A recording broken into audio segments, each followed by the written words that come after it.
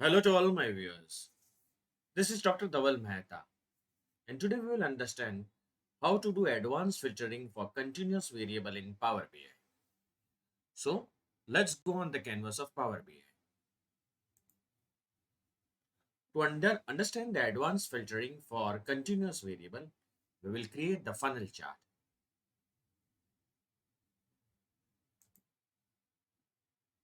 In category, select the subcategory. In values, select the sales, and your funnel chart is ready.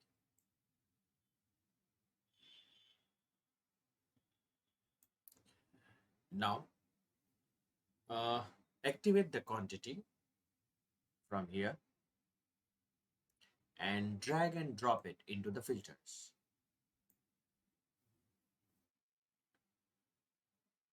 So if the basic filtering is on, please convert it into the advanced filtering. Show items when the value is less than 5. Apply the filter. You can see the filtering has been done. We can also use the logical operator and or.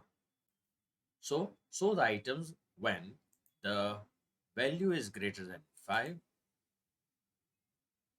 and is less than or equal to 10.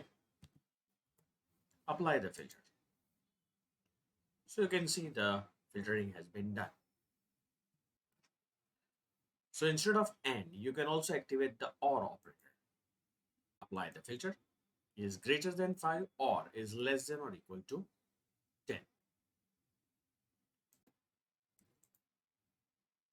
So this was all about advanced filtering for continuous variable in Power BI.